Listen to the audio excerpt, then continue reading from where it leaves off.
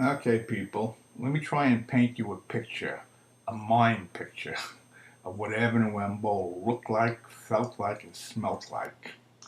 It opened in the late 50s, closed, I'm not sure when, but somewhere in the 90s or something like that. It was converted into a storage warehouse. What a shame. I mean, what a shame. But anyway, getting back to the visual. Uh, the bowling alley was on Avenue M, ran from McDonald Avenue to East Second Street, the full block. Now, McDonald Avenue, I mean, this is a picture. This is a flavor of Brooklyn all within itself, and what a great spot for an action house like this would become. I mean, McDonald Avenue was the L train. Oh yeah, nothing like an L train in Brooklyn, and McDonald Avenue was one of the best ones. I mean, it had character of its own, and right on the corner of Avenue M was the entrance to it, which is oh, I'll tell you, it just adds so much visual when you're pulling up from wherever you're coming from, a different part of the country, a different part of the state, a different part of the city. You've never been there before. You pull up to Heaven and When because you hear about all the action, and there it is, the L train with the entrance. Okay, anyway. Now, this here was probably, I mean, I won't use the word ugly. It wasn't ugly. It was just plain. I mean, Howie Noble owned it. We called him Fish Face. And they also owned one or two other bowling alleys in Queens, while Howie along with his brother. Uh, and he didn't believe in spending extra money. Let me tell you something. This was a complete brick building. Nothing fancy about it. I mean, brand new brick, of course. Looked okay, but just so plain looking. Right in the middle of it, it had double glass doors, plexiglass, whatever it is, with two side panels, and pretty plain sign above it that said Avenue M Bowl. And it did have lighting above that, which I couldn't show in uh, uh, the picture I'm trying to put here, because this isn't the actual photo of Avenue M. I just put it together to give you a feeling of it. I wish I had a photo of the real Avenue M, but it wasn't too much different than this, let me tell you. Uh, Now, you would walk through the front doors and would go into like a vestibule, and of course, that's so that there's a second set of doors, which becomes like a windbreaker. So when the wind's blowing, when people open the front door, it don't blow right into the alley. There's a second door and that vacuum in between. Now, the glass doors and the panels on the side had nothing on it. It was just plain, didn't have signs, didn't have anything at all. Okay, now we walk through the double set of doors. And we have on the left side, we have 14 alleys. And the last one, well, actually, the first one as you walk through the door would be lanes 15 and 16 and run all the way down on the left side to 27 and 28. On the right side, all the way down on the right end would start alleys 1 and 2 right back to the door, which would be 13 and 14. Now, as you look straight through the doors, of course, on the left side, it had the bowling racks with all the bowling balls on it. And then about halfway up, there was this great, well, I wouldn't call it a bowling machine. It was more like you actually threw a ball. The ball was about the size of a bocce ball, if you know how big a bocce ball is. And you rolled it down this long, thin alley. When I say long, thin alley, I don't know what it was, 12 feet long, something like that.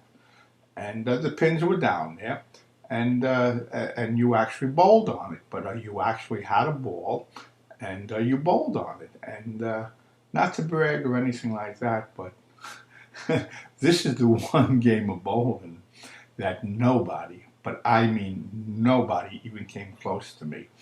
I never lost a match on that, and this was a pretty popular device, and a lot of different bowling alleys at the time had it.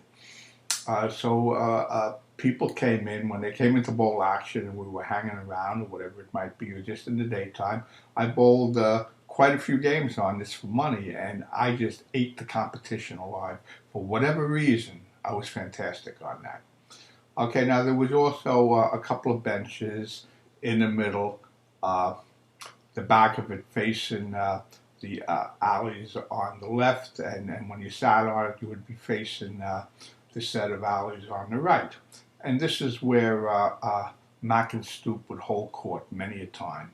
And for hours in the daytime, when nothing else was happening, we were all just hanging out. We would listen to their stories of when they went whoring, when they went bowling, how it all started, the action. I mean, just fascinating. The stories never ended, and they were both great, great storytellers.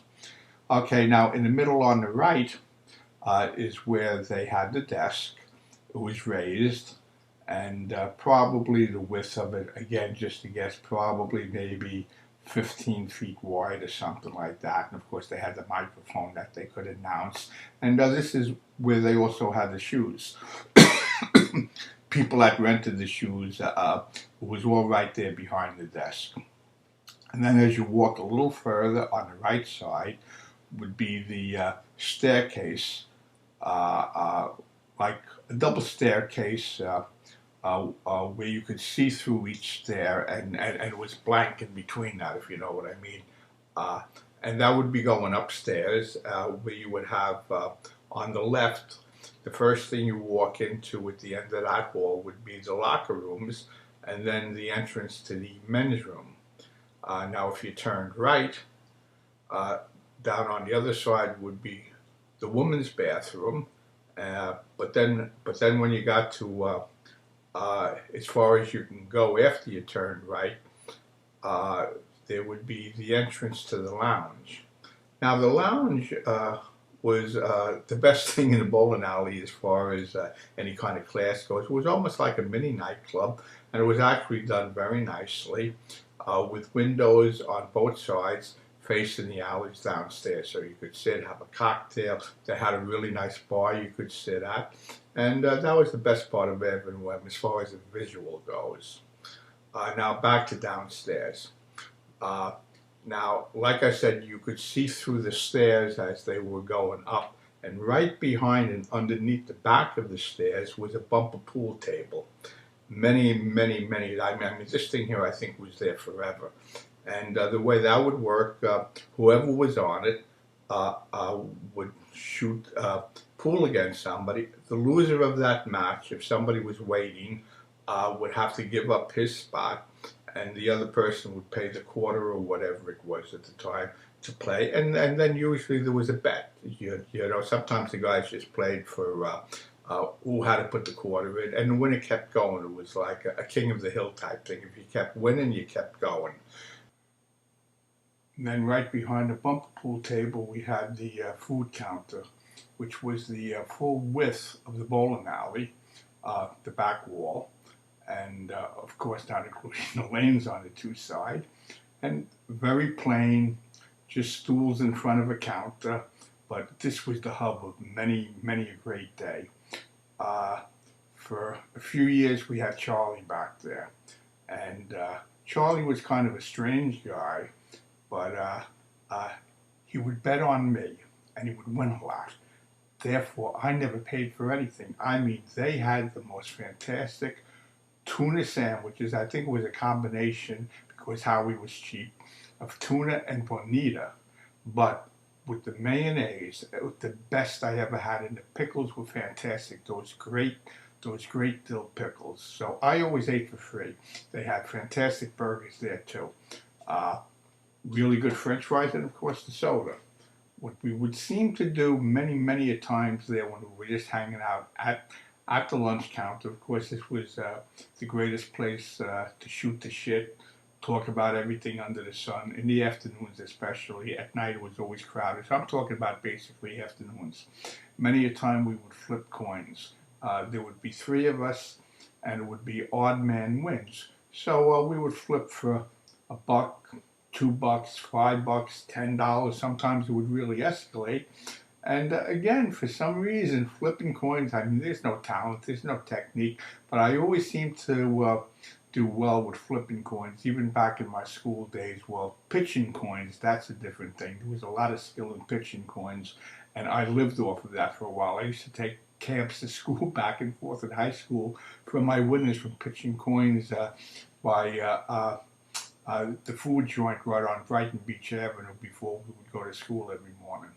But the lunch counter again, nothing fancy, not just as plain as you could be. But the little food they had, great food, and Butch ate for free, and Butch made money there flipping coins. So come on, what could be better? I mean, all of AVE was was very plain. It was brand new. But let me tell you something. This is probably the plainest, ugliest bowling alley that had no character at all, except for later on when we just gave it that character just by being there in the action. But the visual had no character. I mean, you can pick out almost any bowling alley in the country, and it had a better visual and better character than this. As far as the alleys go, again, brand new. Where you sat down and you kept score and all of that. You know, the very plain seating that you have, the benches in plastic or whatever it's made out of, the backboards and everything like that. As plain as can be. They were Brunswick, brand new, but no feel because it was just done so cheaply, so cheaply. Howie was one cheap guy. Let me tell you something. He didn't believe in spending anything where it didn't have to be spent. And as a matter of fact, that's one of the reasons why the action eventually started there. Howie got the idea that if he backed Mac and Stoop, who he believes in, because they became friends, and Howie's no fool. He's been in the bowling business probably most of his life, knew how great they really were. That this could bring people in the off hours. Avenue M, like many bowling alleys at the time, was open 24/7. The only difference is after the leagues ended, of course, there was a little bowling at night, but very little. So he said, well, maybe these guys could bring people in and he could get some extra lineage at night, and basically that would be his reward. Well, did it work out? Did it work out in spades? Oh yeah, because for a couple of years later, maybe close to 3 years, once the word got out that the better bowlers could come down and find action. At first it was just against Mac and Stoop, and then as more bowlers came down, everybody was bowling each other. In no time at all, Avenue M was packed 6 nights a week, not 7, 6 nights a week. For some reason, Saturday night the big action was always elsewhere, mostly at Central Lanes, where nothing ever matched Central Lanes for gigantic action one night a week. I mean, Central Lanes owned the big action. It was a big house up in Westchester, wherever it was. I think it was Westchester. And but the other 6 nights, Avenue M had it. And I don't think any other house ever had action like this 6 nights a week for a few years running. I mean, I'm talking, you would walk in there any night of the week except Saturday, and just about every lane, if not every lane, would be going with top-notch bowlers coming in from all over the place. And outside of that, the Shylocks, the bookies, the characters, the businessmen, the lawyers, cops, gangsters, you name it. The place would be packed. It would look like a Sunday afternoon, when back in those days the bowling alleys were packed on Sunday afternoon. All the families, everybody came to bowl on Sunday. But this is the way it looked there every night of the week. And the money flowed. The money flowed like so much wine coming out of bottles, or whatever you might want to say. And just to be a part of it, just to watch these great bowlers, the Mike Lemongellos, the Richie Hornwrights, Les Zager, you name it, up and down the line, Fats and Deacon, Philly Marino, just all of the bets, the Beeper wasn't there yet. He came later, years later, with my comeback in 1976. But Iggy Russo and Burt Goodman, and the list is endless, just endless. The best around the metropolitan area were there constantly, and they came in from Florida, and they came in from Chicago, and they came in from upstate, you name it, because Avenue was the place you could get a match any night of the week.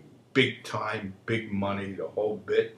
And this is kind of my description of Avenue M. A memory that I'll have, a memory that I just can't tell you was the best time of my life. I was an Avenue M myself, started at the age of 13, which was 1957. And I was there until I was 22, when I made the big mistake of getting married and leaving the action scene.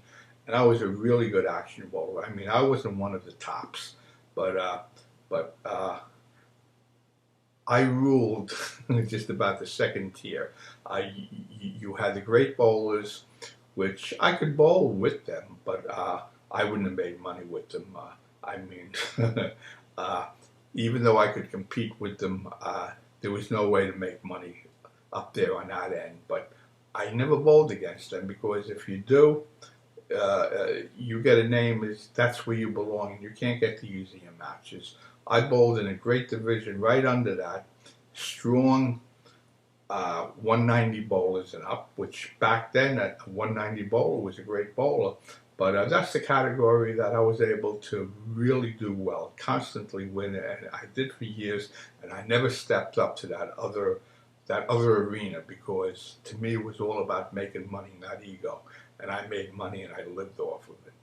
So that's my description of Avenue M anyway.